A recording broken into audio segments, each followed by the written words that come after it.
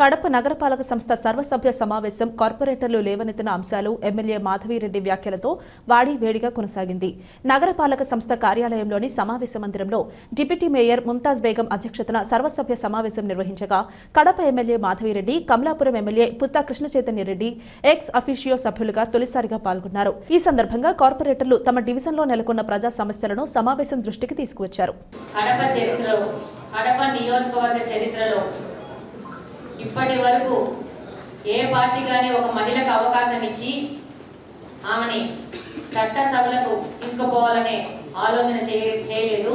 మొట్టమొదటిసారి తెలుగుదేశం పార్టీ అధినేత నారా చంద్రబాబు నాయుడు గారు, అలాగనే జిల్లా పార్లమెంట్ అధ్యక్షుడు, polit bureau member Srinivas Reddy గారు ఆ ఆలోచన చేసి ఒక మహిళకి ఇక్కడ అవకాశం ఇద్దాము, ఇక్కడ డెఫినెట్ గా మహిళ అవసరం ఉంది నియోజకవర్గంలోనే ఆలోచించి వాళ్ళిద్దరి సహకారంతో నన్ను ఇక్కడ పంపించి 8 నెలల క్రితం, దాదాపు 10 నెలలు అయింది, 10 నెలల క్రితం వాళ్ళు డిసైడ్ చేసుకొని కడప నియోజకవర్గంలో నన్ను పంపించి నన్ను వాళ్ళ దిశానిర్దేశంతో పనిచేయించి ఈ యొక్క విజయానికి వాళ్ళిద్దరి సహకారం ఎంతగానో ఉంది. అలాగనే ఈ నియోజకవర్గంలోని ప్రజలు ఎంతో ఆలోచన చేసి ఈ నియోజకవర్గ అభివృద్ధి కోసం నాకు ఓట్లేశారు. వాళ్ళ ఆలోచనకు ఆశలకు అనుగుణంగా నేను పనిచేస్తాను.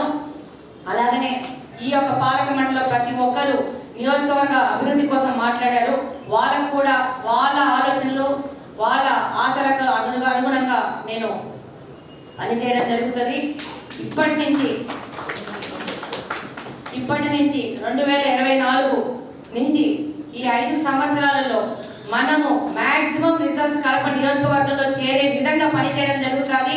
ఒక కొత్త రూపురేఖలు కడప నియోజకవర్గాన్ని తీసుకొచ్చి, కార్పొరేషన్ తీసుకొచ్చి మనము ఏ విధంగా కడపను మిగతా నగరాలకు ధీటుగా నిలబెడతామో మనం చేసి చూపించడం జరుగుతుంది. దానికోసం ప్రతి నిమిషం పనిచేయడం జరుగుతుంది. ఈ సందర్భంగా మీకు తెలియజేసుకుంటున్నాను.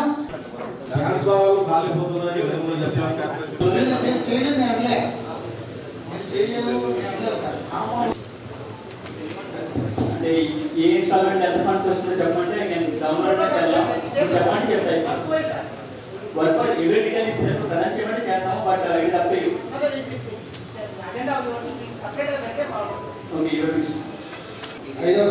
కొంచెం లేట్ చేయడం వల్ల ఈ ఫండ్స్ మళ్ళీ రాకుండా పోయే అవకాశాలు పేమెంట్ జరిగింది. పేమెంట్ చేసిన దగ్గర మీరు అక్కడి నుంచి జస్ట్ ఒక ఎస్ చెప్పించుకుంటున్నారు. అది అవసరమా? ఒక చర్చ అనేది జరగాలి కదా. మనం ₹1 వాడామంటే ఆ వాడబోయే రూపాయి ఎందుకు వాడుతున్నారు అనేది ముందు ఇంతమంది 50 మంది సభ్యులు ఉన్నారు. ఆ సభ్యులతో చర్చించి ఆ తర్వాత డిసిషన్ తీసుకొని ఇది అవసరమా కాదని ఆలోచించుకొని మనం ముందుకు వెళ్ళాలా. సదరు ఏ వ్యక్తులకి సహకారం కోసం ఈ వర్కులు జరిగినాయి, ఎవరికి పేమెంట్ చేశారు అనేది చర్చ అనేది రావాలా. ఒక రాటిఫికేషన్ పెట్టేసి దాని మీద ఒక రాజముద్ర వేసేసుకొని పెట్టేసుకుంటే ఇబ్బంది పడేది ఈ యొక్క నియోజకవర్గంలోని ప్రజలు అనేది ఈ సందర్భంగా మీకు తెలియజేసుకుంటున్నాను.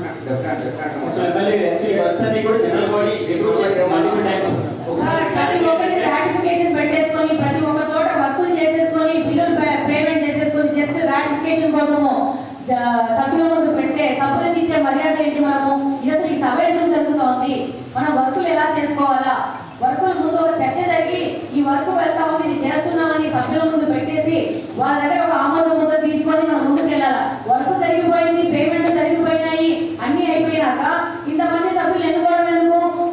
వర్క్ చేసుకున్న వ్యక్తి, అధికారులు, సంబంధించిన వ్యక్తులు చూసుకొని వాళ్ళు చేసేసుకుంటే అయిపోతుంది కదా. మన టైం వేస్ట్ ఎందుకనేది నా అభిప్రాయం. 20 సంవత్సరాలుగా అప్లికేషన్ గురించి మనం మాట్లాడుతున్నాం. దానికి గవర్నమెంట్ నుంచి ఎంత నిధులు వచ్చినాయి, అతను ఎంత వర్క్ చేశారు, మనం ఏమన్నా సాధారణ నిధుల నుంచి వాళ్ళకి ఏమన్నా డబ్బులు ఇచ్చామా, ఇచ్చింటే రియంబర్స్మెంట్ అయ్యిందా, కాకుండా మరో కోటి చిల్లర జనరల్ నుంచి పెట్టాలని మనం పెట్టాము. ఎందువల్ల పెట్టాల్సి వచ్చింది? దీనికి సంబంధించిన ఈ గారు ఏంటంటే వాళ్ళు చేసే వర్క్ వాళ్ళు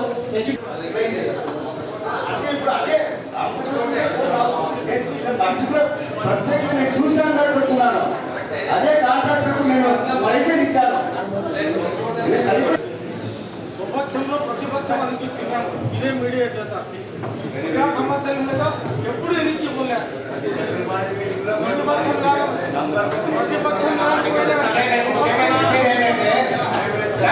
ప్రాపర్ ట్యాక్స్ వేస్తున్నారు, మిగతా పాటంతా వదిలేశారు. దాన్ని రీఅసెస్మెంట్ చేస్తే we got 60,000 rupees. GS survey పెట్టినారు. Is it scientific? సార్ అది ఫెయిల్ అయిందని మేము ఏడీపీ తీసుకున్నాం సార్. దీనికి సంబంధించి ఎన్ని రోజులు ఉంటాయి తెలుసా?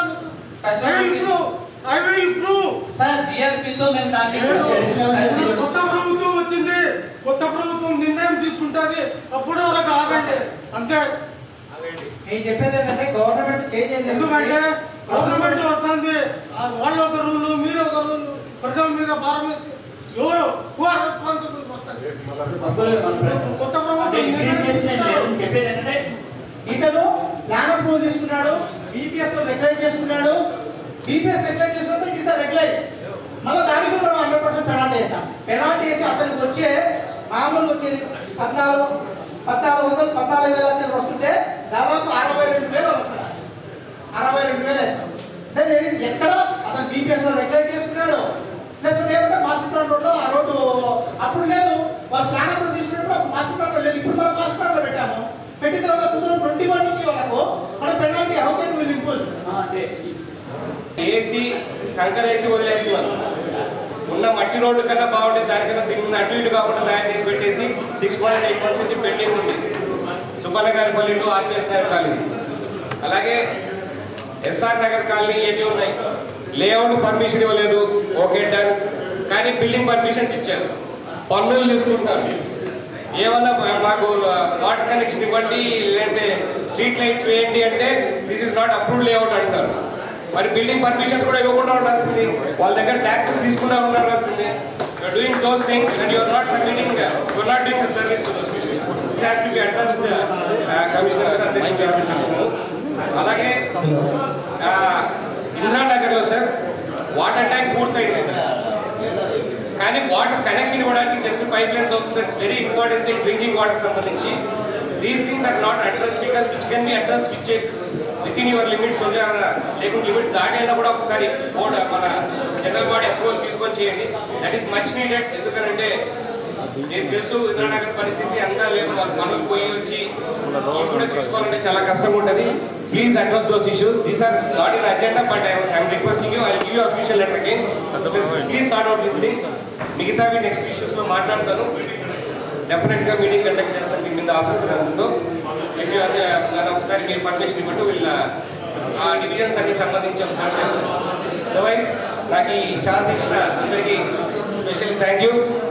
అండ్ ఫస్ట్ టైం నాతో పాటు మా ఎమ్మెల్యే గారు వచ్చిన తర్వాత, కడప ఎమ్మెల్యే గారు మేము వచ్చిన తర్వాత ధైర్యంగా మాట్లాడిన కార్పొరేటర్లందరినీ కూడా ఎంకరేజ్మెంట్ ఇస్తూ మళ్ళీ కూడా మీరు హ్యాపీగా స్వచ్ఛంగా ధైర్యంగా మాట్లాడాలని చెప్పేసి మరొకసారి తెలియజేసుకుంటూ I'm just taking of. Thank you very much. ఈరోజు కడప కార్పొరేషన్లో జనరల్ బాడీ మీటింగ్ జరిగింది. దీంట్లో చాలా విషయాలు కూడా ప్రస్తావనకు వచ్చాయి. వాటన్నిటి మీద సభ్యులు కూడా చాలా ఉత్సాహంగా ఉత్తేజంగా దాని మీద మాట్లాడడం కూడా జరిగింది. డెఫినెట్గా దాంతోపాటు కడప నియోజకవర్గంలో ఇంకా ఏ ఏ పనులు చేయాలా, ఏమేమి ఇంకా మనకు అవసరం ఉన్నాయని దాని మీద కూడా చర్చలకు రావడం జరిగింది. అలాగనే పబ్లిక్ డిమాండ్స్ని కూడా వాళ్ళు సదరు కార్పొరేటర్స్ కమిషనర్ గారి దృష్టికి, అధ్యక్షుల వారి దృష్టికి తీసుకురావడం జరిగింది. డెఫినెట్గా తెలుగుదేశం ప్రభుత్వము ఇక్కడ యాజ్ అన్ ఎమ్మెల్యేగా డెఫినెట్గా అభివృద్ధికి ఒక ఆకాంక్షిస్తూ దానికి సపోర్టివ్గా మేము ఉండబోతున్నాము. అలాగనే ఈ అభివృద్ధిలో భాగంగా అవినీతిని తీసుకొచ్చి ఆ ప్రకారంగా పోవడాన్ని కంప్లీట్గా వ్యతిరేకిస్తాము. దానికి సంబంధించిన విధంగా ఏ విధమైన సపోర్టు ఉండదు. డెఫినెట్గా ప్రతి ఒక్క ఇష్యూ మీద ఎంక్వైరీ చేయడం జరుగుతుంది. అలాగనే ఈ కార్పొరేషన్లో ఈ 5 సంవత్సరాలలో జరిగిన కబ్జాలు కానీ అవినీతి కార్యక్రమాలు కానీ మీ అందరికీ తెలుసు, మీడియా ద్వారా మీరే పత్రికల్లో తీసుకొస్తున్నారు. చాలా జెడ్పీ ఆస్తులు కానీ పోలీసులకు సంబంధించిన ఆస్తులు కానీ వాటిని కబ్జా చేయడం జరిగింది, అన్యాక్రాంతం అయిపోవడం జరిగింది. అలాగనే మీకు తెలుసు చాలామంది రోడ్లని, ఫుట్పాత్లని, పేవ్మెంట్లని ఆక్రమించేసుకొని వాళ్ళకు పర్మనెంట్ బిల్డింగులు కట్టుకోవడం ఈ 5 సంవత్సరాలు జరిగింది. వీటన్నిటి మీద కూడా క్లియర్గా ముందుకు పోవడం జరుగుతుంది. అభివృద్ధి కాంక్షతో ముందుకు పోయి పనిచేయడం జరుగుతుంది. ఈ 5 సంవత్సరాల్లో కమిషనర్ వాళ్ళ సపోర్టు తీసుకొనేసి అలాగనే ఇప్పుడున్న ఆల్రెడీ ఉన్న కార్పొరేటర్ సహకారం తీసుకొని డెఫినెట్గా కడప అభివృద్ధి కొరకు, కడప కార్పొరేషన్ అభివృద్ధి కొరకు డెఫినెట్గా పనిచేస్తాము. ప్రజల నుంచి ఏ సమస్యలు వచ్చినా కానీ సంబంధిత అధికారులతో మాట్లాడి వాళ్ళ సమస్యలు తీర్చే విధంగా ప్రతి ఒక్కటి చర్చలను చేసుకొని ఏది ద బెస్ట్ అనేది విధంగా ముందుకు పోయి పనిచేయడం జరుగుతుందని ఈ సందర్భంగా తెలియజేస్తాను.